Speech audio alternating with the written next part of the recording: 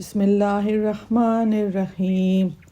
اے کملی میں لپٹنے والے، رات کو قیام کیا کرو، مگر تھوڑی سی رات، آدھی رات یا اس سے بھی کم کر دو یا اس سے کچھ بڑھا دو، اور قرآن کو باقاعدہ ٹھہر ٹھہر کر پڑھا کرو۔ ہم عنقریب تم پر ایک بھاری حکم نازل کریں گے۔ اس میں تو شک نہیں کہ رات کا اٹھنا خوب پامال کن اور بہت ٹھکانے ذکر کا وقت ہے۔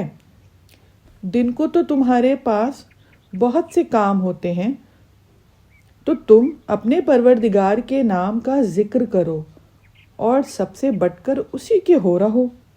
وہی مشرق اور مغرب کا پروردگار ہے، اس کے سوا کوئی معبود نہیں، تو تم اسی کو کارساز بناؤ، اور جو کچھ لوگ بقا کرتے ہیں اس پہ صبر کرو، اور ان سے باعنوان شائستہ الگ تھلگ رہو، اور مجھے ان جھٹلانے والوں سے جو دولت مند ہیں سمجھ لینے دو، اور ان کو تھوڑی سی مہلت دے دو۔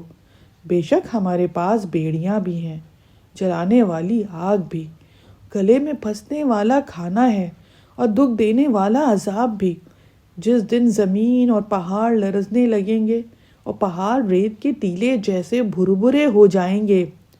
ہم نے تمہارے پاس ایک رسول بھیجا جو تمہارے معاملے میں گواہی دے، جس طرح فرعون کے پاس ایک رسول کو بھیجا تھا، تو فرعون نے اس رسول کی نافرمانی کی، تو ہم نے بھی اس کی سزا میں اس کو بہت سخت پکڑا۔ تو اگر تم بھی نہ مانو گے تو اس دن کے عذاب سے کیسے بچو گے جو بچوں کو بوڑھا بنا دے گا، اور جس دن آسمان پھٹ پڑے گا۔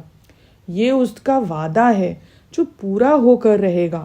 بے شک یہ نصیحت ہے، تو جو شخص چاہے اپنے پروردگار کی راہ اختیار کرے۔ اے رسول، تمہارا پروردگار جانتا ہے کہ تم اور تمہارے ساتھ کے چند لوگ کبھی 2/3 رات کے قریب اور کبھی آدھی رات اور کبھی تہائی رات نماز میں کھڑے رہتے ہو۔ خدا ہی رات اور دن کا اچھی طرح اندازہ کر سکتا ہے۔ وہ جانتا ہے تم لوگ اسے نبھا نہیں سکتے، تو اس نے تم پر مہربانی کی۔ تو جتنا آسانی سے ہو سکے نماز میں قرآن پڑھ لیا کرو۔ وہ جانتا ہے کہ عنقریب تم میں سے بعض بیمار ہو جائیں گے، اور بعض خدا کے فضل کی تلاش میں روئے زمین پر سفر اختیار کریں گے، اور کچھ لوگ خدا کی راہ میں جہاد کریں گے۔